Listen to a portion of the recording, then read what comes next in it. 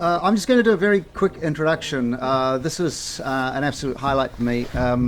Uh, it's it's not an overstatement to say that Jan Bang is my favorite living musician. And I've said this to his face before. I interviewed him on stage in MTF in Stockholm in 2018, and he joined us in MTF in Berlin in 2016. I love the sounds that he makes and the way that he thinks about sound. Given a choice, it would soundtrack my life. And I wanted to share that with you and show you why. But also, Jan is a brilliant professor who thinks about electronic sound, electronic music, and how to make the world sound better. So I didn't want to sort of give too much of an introduction other than to overhype and raise your expectations beyond what is reasonable. But that is no exaggeration. And so it's an absolute honor always to have Jan with us. So Jan, thank you very much. Thank you. It's been really interesting for me to be here these days. And unfortunately, I have to go to Oslo tomorrow because I have a concert on Friday, so I can't be here. My work is with sound. I'm a composer, I'm a performer, and I'm a record producer, and have been so for at least 30 years as a professional. I'm based in Kristiansand, not far from here. Very funny that I had to fly to Amsterdam and then further on to Kristiansand. That's how it is. So train is definitely a possibility. So I'm also involved in the Arts Council in Norway, and in looking at sustainability among other things, and also leading the what is it called? Publiseringsstøtten, it is in Norwegian. So if you release a record, then you can apply for support. And that system, I think, works really well in Norway. I suppose that it's the same kind of system in Sweden as well. I have been fortunate enough to work with some fantastic people over the years. Norwegian musicians that are really interested in exploring. And I don't see any difference between different type of styles. For me, it's sound. So in the mid-90s, I had this one in my studio. This is an Akai sampler. It was a flop, and it runs on floppy disks still. Remember these? So I had this one in the studio, and I was working as a producer doing productions and remixes and stuff like that, mid-90s. And first I started using this sampling records for use in production work. And I was approached by a man called Bugge Wesseltoft, who is a piano player, Norwegian piano player, jazz player. And I did a remix for him, and I had a coffee with him afterwards, and he said, I'm interested in getting a band together, mixing the jazz with electronic music. And he said to me, what can you do in a situation like that, in a live situation? And I was thinking, well, I have this tool here. What if instead of sampling records, I could sample your musicians on stage? And he said, yes, and we just tried it out, and I immediately knew that this was a new path. So I never returned to the studio, actually. I just started traveling with him and with other musicians. And through Bugge, I also met with Nils Petter Molvær, and we kind of fused electronic music with jazz in Norway. It was not only with me, but it was also with my other colleagues, different DJs. So Oslo is a small place, and you're sort of bound to bump into each other. So I think that's also one of the reasons that people tend to work together. But it maybe also has something to do with social democracy. It's a flat structure. So people will meet each other in different places and also participate in each other's records and live. So like these days now, there's a big revival of traditional folk music in Norway that also has that kind of a fusion thing. They are composing new music, but it's based on tradition.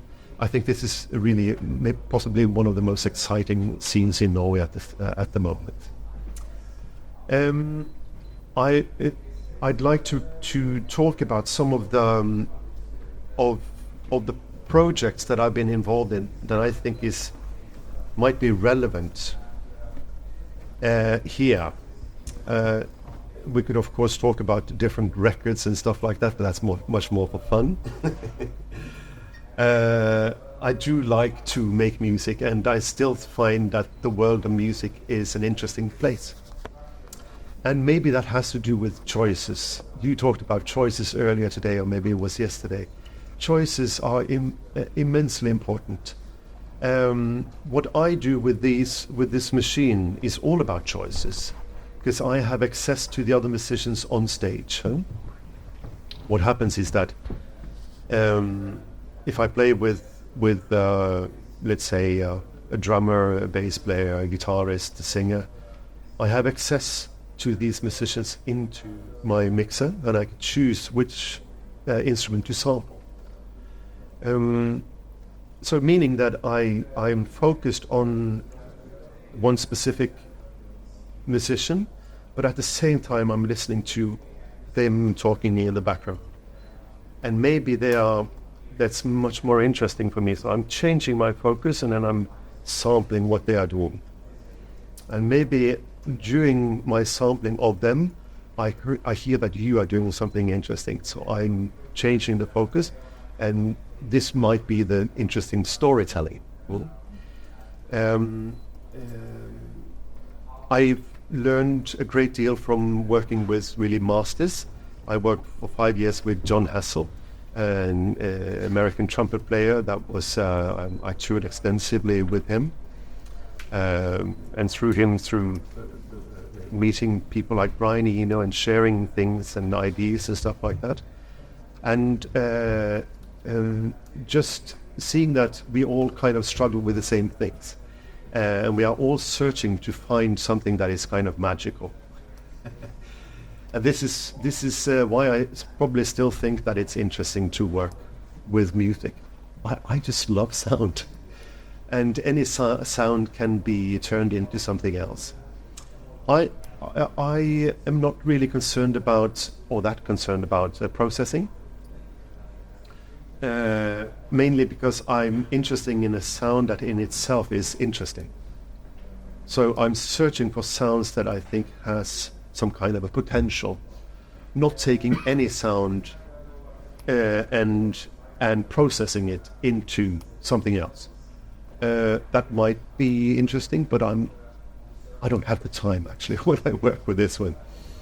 So I might do different things in the studio.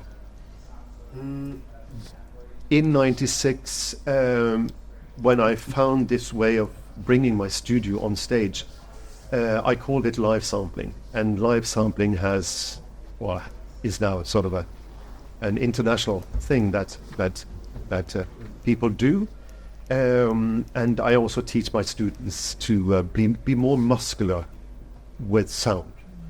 So often, work as an electronic musician, it's often kind of like work in solitude. You're working alone, and you're often sitting very silently doing kind of stuff. You're making this wonderful music, but just sitting still. So I think that you're not using I'm not using my whole potential if I work like that. So movement, the way that I use my muscular system, and the way that I talk and breathe and walk and all these things, that's useful information. That could tell me something about my own beat, my own sense of rhythm, and maybe also some frequencies that I'm interested in and stuff like that. All right. First, a few thoughts. I never make notes, but today I have done. Building a better sounding world. Learning how to listen. Public sound environments are being made by signal engineers. What if instead they were designed by musicians and sound artists? Now, this probably happens also, but I think that there is a potential there. Signal stations and replicas. Electronic devices have no sound. They are by nature silent. So when signal sounds in public transport were made, they were created by signal engineers. Is it possible to build an exciting new sound world and still maintain the important functionality in cities, meaning for disabled, for blind people, and so forth? Electronic devices offer new sound designing possibilities. Today, electronic devices imitate mechanical sounds from past media. Your smartphone imitating the analog phone, the sound when closing your phone is a replica of the sound of a single snapshot from your dad's old camera. So skilled practitioners listen to the most minute detail of sound. I wonder what would happen if these sounds were improved by sound artists, musicians, and composer. What would a pedestrian signal sound like if it was designed by Alva Noto? How would a public transport signal sound like if designed by Roy Aikida? Or my electric Volvo with sound design by Brian Eno? Or Laurie Anderson, who once declared, "This is your captain. In case of an evacuation, put your head on your knees. Put your hands on your heads." I don't know about you, but I find it weird watching people talking loudly to themselves in the streets. It used to be only the crazy person talking to themselves in the streets. Now they're all over the place. In the beginning of electric cars, the fear of silent electric vehicles being quiet and pedestrians unaware of a car approaching. So new sounds were being added to cars to secure safety. Bell sounds originally played the role of yellow light, ringing when changing lights as if saying, "It's your favorite color."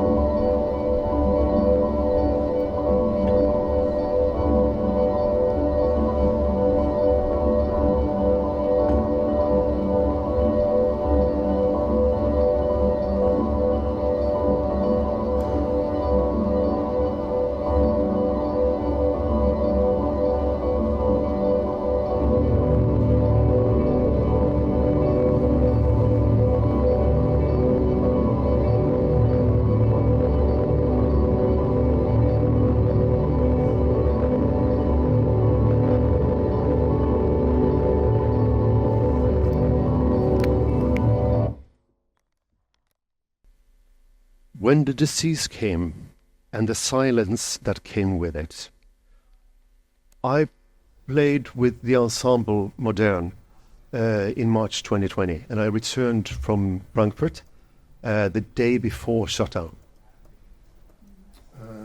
And when public transport suddenly stopped, the silence that came with it was for me overwhelming, and I'm sure it was for you as well.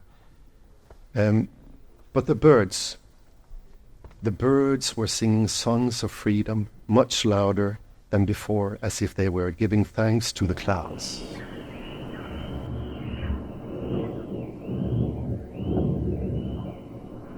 As we moved out of the soundscape, the birds moved in, said Dr. Elizabeth Derryberry. Height of the Reeds. In 2017, or maybe it was 2016, I was approached by Opera North, because Hull was the city of culture in that year. So they asked me, they asked Arve Hendriksen, myself, and Eivind Aarseth, two colleagues of mine, beautiful colleagues, to compose music for Humber Bridge. And Humber Bridge is the longest suspension bridge, yes. It used to be the longest suspension bridge in the world where you could walk across. I think it's the 12th now. So how do you make music for a bridge? Um, Jess Riley French is a field recordist who's based in Hull. So he's a Yorkshireman. And we got in touch with him, or they wanted us to work with Jess. He was a bit of a character, but a wonderful human being, and also a fantastic builder of microphones. He built his own microphones, and he makes beautiful recordings, really beautiful. I'll see if I can play some of these recordings to you. So what we did was that we went to Hull in 2016, and throughout the year we worked with this project. Walking across this bridge takes you 40 minutes, and that's just one way. So I've been walking that bridge in all kinds of weather. Now, the sounds from the bridge that or from public spaces can inform compositional process. And so the sound of inside the bridge, the sound of the railings near the bridge, the sound of the cables that's holding the bridge, resonating, all these type of sounds we asked Jess to record. And here is an example of one of those recordings. That's the sound of plates moving, so with contact mics. So he put the contact mics on the plates that are moving at the end of the bridge.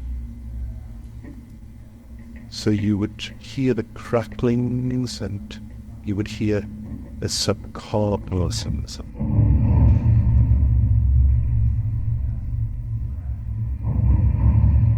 So it's a very calming type sound. So if that informs the composing process, what does that mean?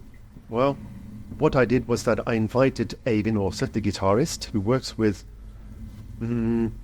his guitar sound is kind of, I think it's kind of magical, because he worked with very processed guitar sounds, and often very sustained notes. Not always, but often. So I invited him into the studio, and instead of just using small snippets and pieces, samples of the bridge, which I tried in the first place, and it did not work. So in order for me to understand the music, and for it really to inform the compositional process, I had to listen to a long piece of field recording. I mean, some of you did that today. So, for instance, with this, that would turn into this. So certain sounds blending in with it, not much.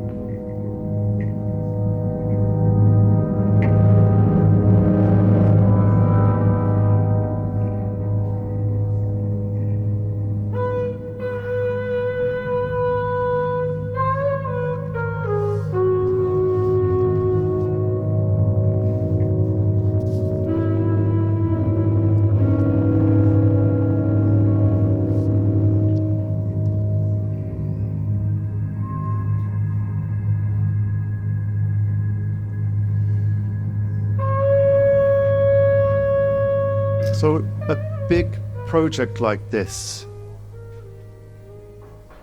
can be frightening to start with, but it turned out being just so easy. We worked with trigger points throughout the bridge. So starting at the at the parking lot where people were giving these type of museum guides. Actually, I think it was the first week 5,000 people went across this bridge. So we use these audio guides in order for disabled and elderly people to be able to experience the same. So if you would walk slowly across the bridge, we would have the same experience. This was important for us. And there was a little girl, Katie, 7 years old, and she read in. We recorded her voice saying things like, "Mind the cars when crossing the street," or also instructions like look to the left. So if you have an instruction by a child saying that, you would look to the left, at least in my world. So walking across the bridge and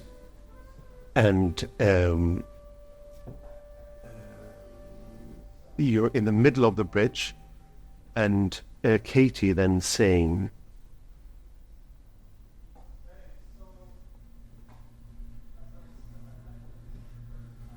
"Look to the left."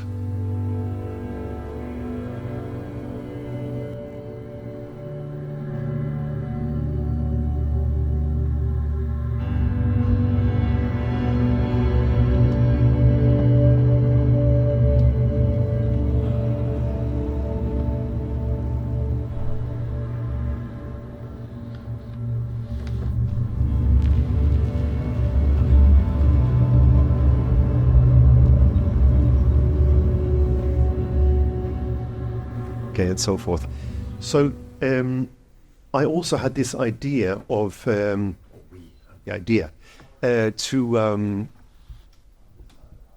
well, if you have a girl, 7-year-old, giving instructions, what is possible to do with the audience? Can you instruct members of the audience to dance? So if she would say, if Kate would say, "Put your hands above your head and turn around," what would it look like if, let's say, 120 people were doing the same thing? Now, to my astonishment, Opera North, the team at Opera North said, "You would never have an Englishman doing because we discussed this yesterday, because I told you the story, because they might be frightened of making a fool of themselves, which is understandable. But still, I'm searching to find a possibility to use to make these type of installation work where it's also involving the audience dancing. I think that's a possibility there. There's another project that I would like to mention at the university where I work. I'm currently not working there for about 2 years. I think music is much stronger, actually. I was asked to compose or make an installation at the new unisex public toilet. And I thought, yes, finally, where I belong. No, but so I guess that the uni was afraid how this would work, having this new type of systems, toilet systems, unisex. They hadn't tried it out before. So what we did was to make a kind of an event-based composition that was non-linear, but that just reacted to the user in the room. So you would go into the room and you would lock the locker, and that would trigger a signal. And you could have this type of this signal could be random, but you could decide in advance if that should be static or being dynamic influx. And that opens for a new set of possibilities that is non-linear. We always work in a very linear way when we compose. Most of the time we do. And the same way also when coming out, that would also opening the locker would trigger a new type of signal, and washing your hands in the water, the sound of the water being clean, not using that because that sound of water is beautiful in itself. But when the water stopped, that triggered a signal that you could also use. So meaning that if there were no one in the room, there would be no sound. So the user was the former actually of the music. So a lot of people, a lot of sound. Nobody, no sound. I think for me that was an interesting way of working, and I'm sure it could be developed. And of course we did this with the students. So I did the first piece, and then involving students and hearing to their music using this type of technique. So music can be made in so many different ways. I'd also like to mention working in Sydney with a big outdoor installation called Pleasure Garden that I did together with Genevieve Lacey, who is she's a recorder. Thank you. It's great. So the whole process started a year in advance, and whoever is asking you a year in advance, you normally say no. They say yes because it's such a long time until we will do it. So I said yes. Would you like to work with Genevieve Lacey, coming to Norway to your studio, working with an engineer? Of course, yes, please go. And I read briefly what she was going to do. So she mentioned field recordings, recorder, and working in Sydney and different places. And I'm a Norwegian. I was born in America, but I was raised in Norway. And I speak fairly good English, but the word recorder to me is a recording device. So the year went by, and she came into my studio, and then she pulled off this flute. And I had absolutely no idea. So the shocking experience of not working with field recordings, but actually with a recorder, this flute, was fantastic. It was just fantastic because it was such a surprise. And we made the music, let's say, in 3 or 4 days or something like that. It's just poured out. Like the Humber Bridge project. It was just so natural. And that's what I try to do. When I also work as a producer, I try to work natural, in a natural way. So I think Brian Eno used to say that when in doubt, do the obvious. So to follow that, I think is okay.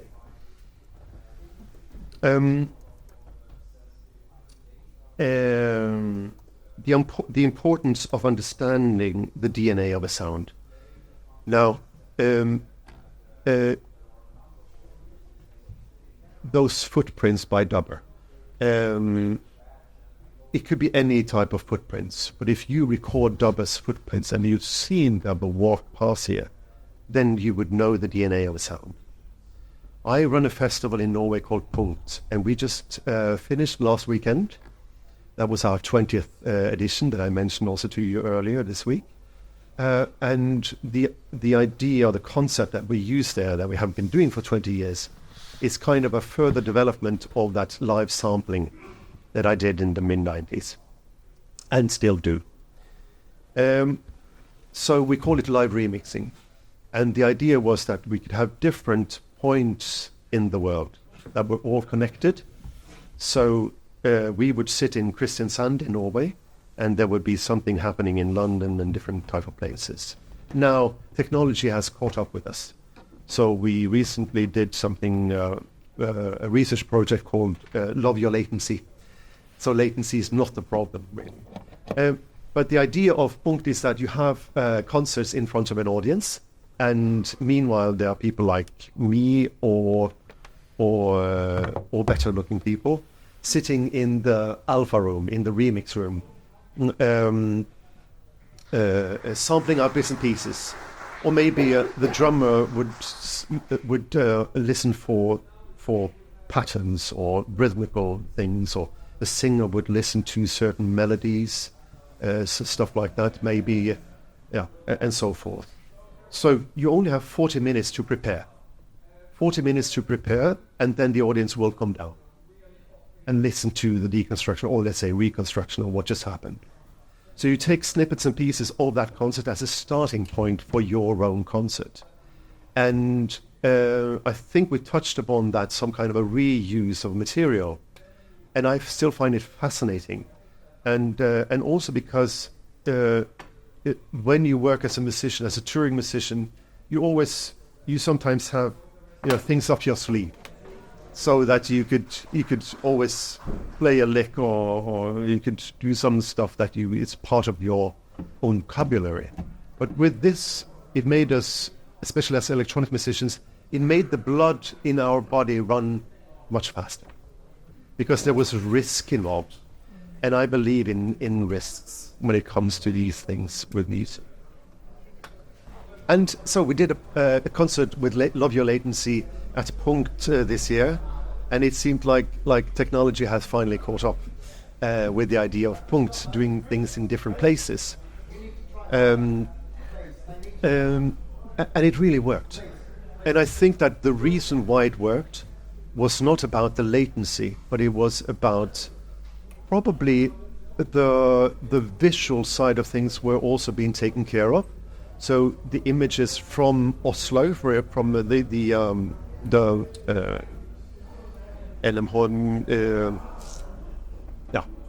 from Oslo, and also our images in Kristiansand, we were kind of equal in the screen. So it was in a cinema, and also with the sound was great. So.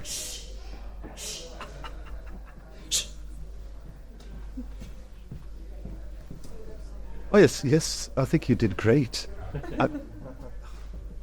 Respect. Yes, so it really worked, and I also spoke with some British musicians, also with Pat Thomas, who has been involved in the similar thing here as a cross-Atlantic project, and they really used the less latency as their in their improvising. For us, it wasn't that necessary. But to improvise with music is based on trust. And some of you have already spoken about trust. It's essential. We would never have been able to invite the high level of artists at Punkt and doing live remixes of their work if it hadn't been for trust. So to trust that your sounds, your voice, your music is in good hands. So it could easily have been a gimmick, which is not really that interesting. We have the new tools. But to really use the tools in order to serve the music or serve the arts, I think this is really, really important. So that's what we do. Now, please come on stage and we'll try to do something together, so that it's not only me talking here. Thank you for listening.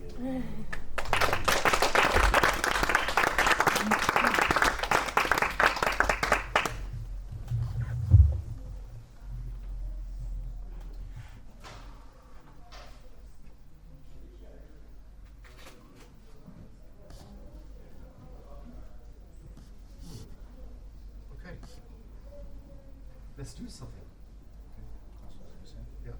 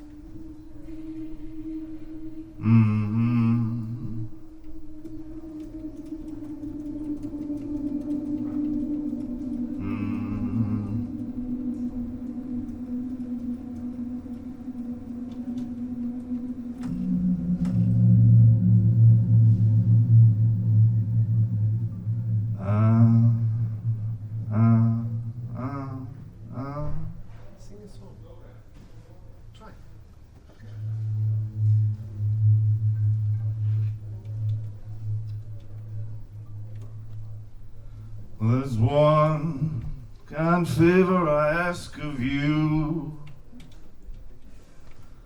There's one kind favor I ask of you. There's one kind favor I must ask of you. Won't you see that my grave is kept clean? Won't you see that my grave is kept clean? There are two white horses following me.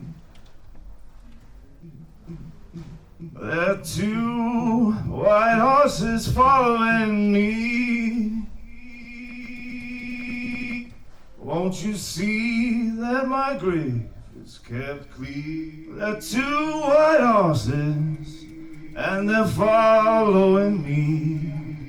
Take me to my burial ground, my burial. Take me to my burial. Take me to my burial. Take me to my burial. Take me to my burial. Take me to my burial. Take me to let me down with a golden chain. To my burial. Take me to you let me down with a golden chain. My burial. Me to my burial. Me to you let me down with a golden chain. Every link spelling Jesus' name.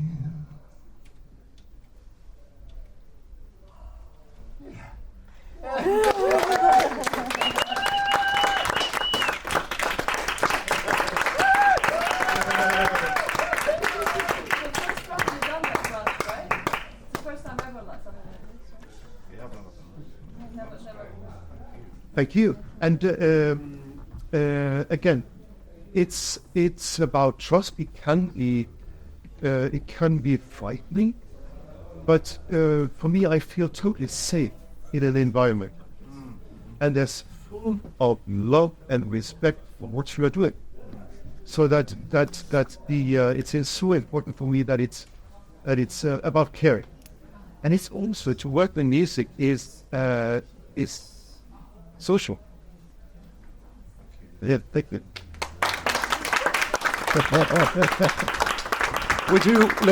Let's try to do one more. Thank you.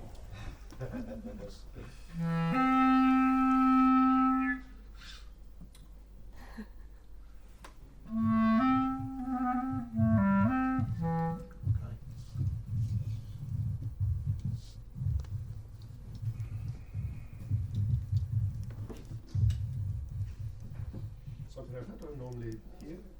I'm sure it would. I'm sure it'll be fine. Yeah, get some. You go for it.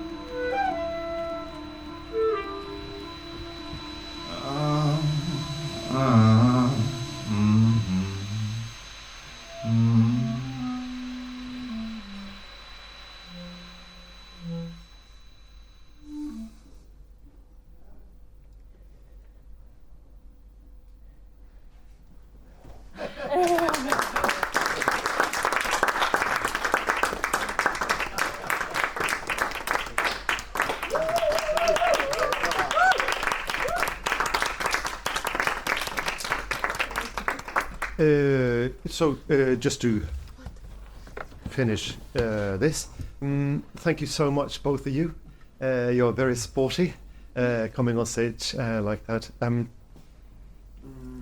It's to me, improvisation is a very pure form of making music, and a lot of the improvisations that we do with in any, both in punkt situations that we play around the world. We've played in 28 cities around the world with punkt, involving many people like John Paul Jones of the Led Zeppelin, or Brian Eno, or David Sylvian, or Laurie Anderson, a lot of famous people, but also not so famous people.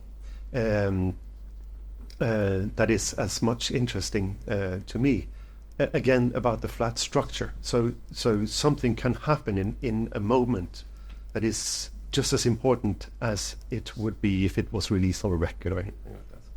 So I find sounds as something that passes me, or it passes all of us. And sometimes we're able to grab it, and if we don't, it doesn't really matter. because if you think of all the old jazz records, they were captured, one version of it here, one version of it there, and it's just later on that it's been okay. We can listen to different type of versions, but it's just by luck that these things are being captured and being released on albums.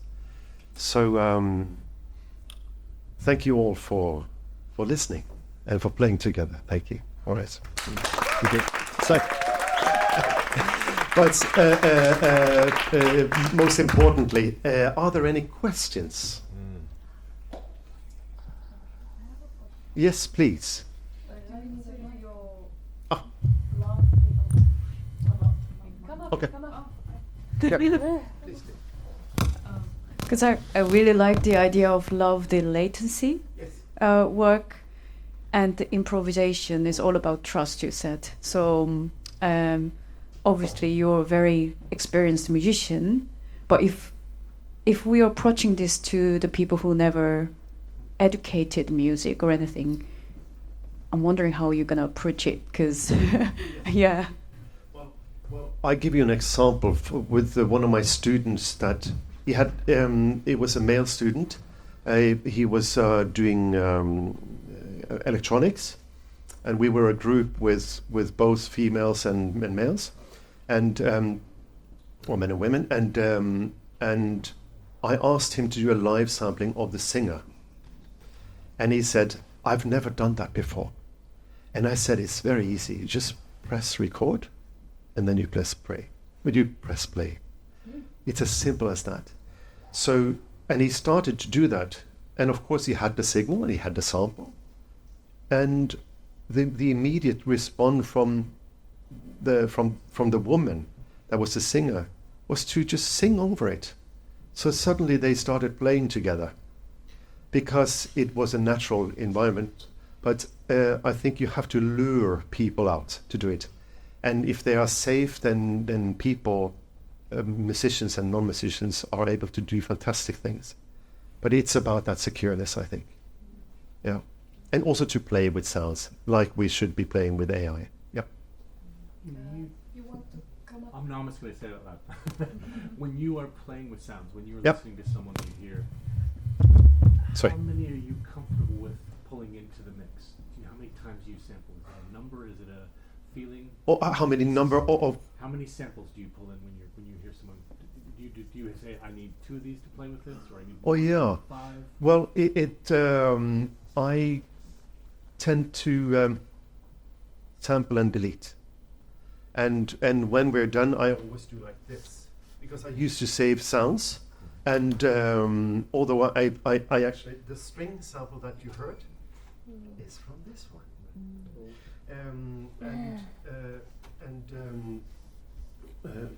so I try to make as few samples as possible. So if I do a live remix, I listen to the band or the orchestra or whatever, and I'm sampling out. And if I have enough, it's like picking berries. If you have enough, you should just stop. Otherwise, you will have your freezer full of berries, and it would be too much. So just collect the sounds that I find interesting.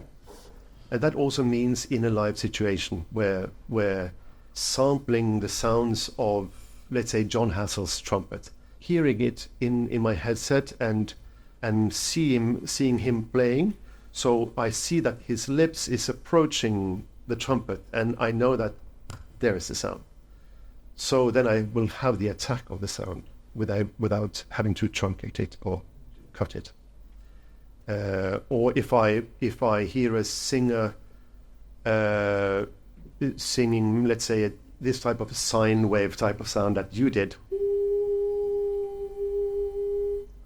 I maybe want to capture just the end of it, because if I capture the end of it, then I would have the tail that is without any sound. That means that it will be a pulse. It will be So to know what you're searching for, to really know what you're searching for, and then finding it. What? And know when to stop. Know when to stop. That took me many, many years to know when to stop, especially working with loops. Because while there's sound, that's comfortable. Yes, there's a loop going on. There's not silence here. And like Miles Davis was saying to Coltrane when he said to him, "It's so hard to stop when I play the solo." And Miles said to him, "Well, just try to pull out the horn from your mouth." So in that sense, it is hard to stop, but this is also about choices, and I like the way that we stop now, and that gave other opportunities. It would have been possible for you to do something like you have this silence of 5 seconds, and everybody's going, "Are they stopping? Is this over, or is it thank God, or I would like to have more?" But it is also possible to use that silence to do something, and then people will really listen because you have that silence. So not being afraid of silence is really, really important in my work, although I make a lot of noise. Any other questions? Can I ask just Yes. one more question? So since we're talking about the balance of the amount of sound Yeah. you're making, then I'm just curious, like, Yes. when you did the unisex bathroom Yeah. sound, why did you make the choice that when there's no one no sound and there's more people no sound, not the other way around? Well, I mean, that's possible. You could do it the other way, but I like the idea of coming into a place that is silent, and so when you are doing activity, then it will make some sound. That's from the natural world, and I find that the natural world is very close to my own work. I grew up next to a forest, and maybe that also impacted the way that influenced the way that I think of sound. So do whatever is natural. If you come into a room that is really crowded, like in Tokyo with all the play machines and stuff, that's so different from the silence of Tokyo, I think. But But of course, it could have been done the other way around. Yes. Yeah. Yes. Yeah. I had a question just about, when we talked before we started and you asked for me to try falsetto, Yeah. specifically because of the characteristics of Yes. that noise. How do you then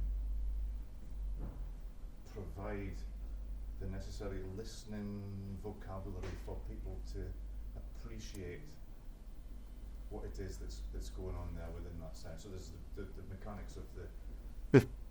frequential, all this Mm. spectrum that's happening within that sound, which obviously you want for a specific purpose. Yeah. Well, How do you then equip somebody to know? well, it's actually about my own listening. So I like that sound, and I know that if I have that type of sound, then I could do that in different things or use it in different ways.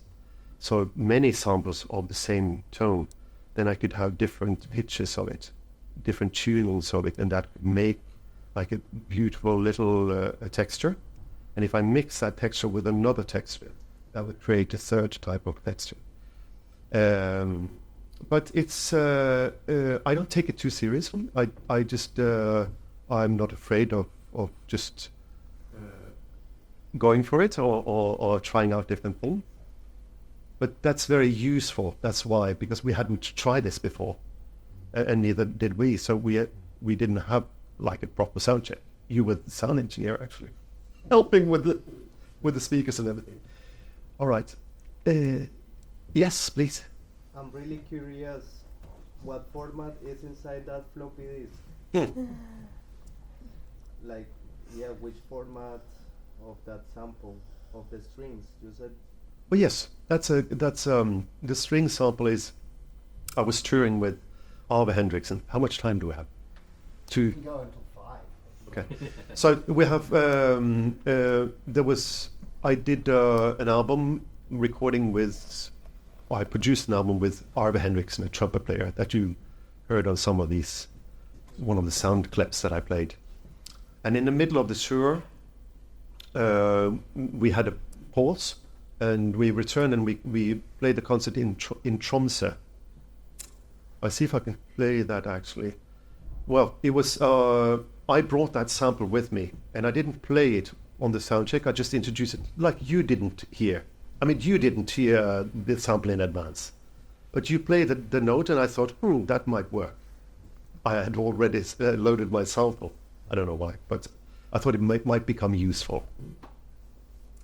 So I introduced that in the concert with Arve Hendrickson in Tromsø, and he responded to it. And also the drummer, Audun Kleive, playing log drums. And it sounded just beautiful.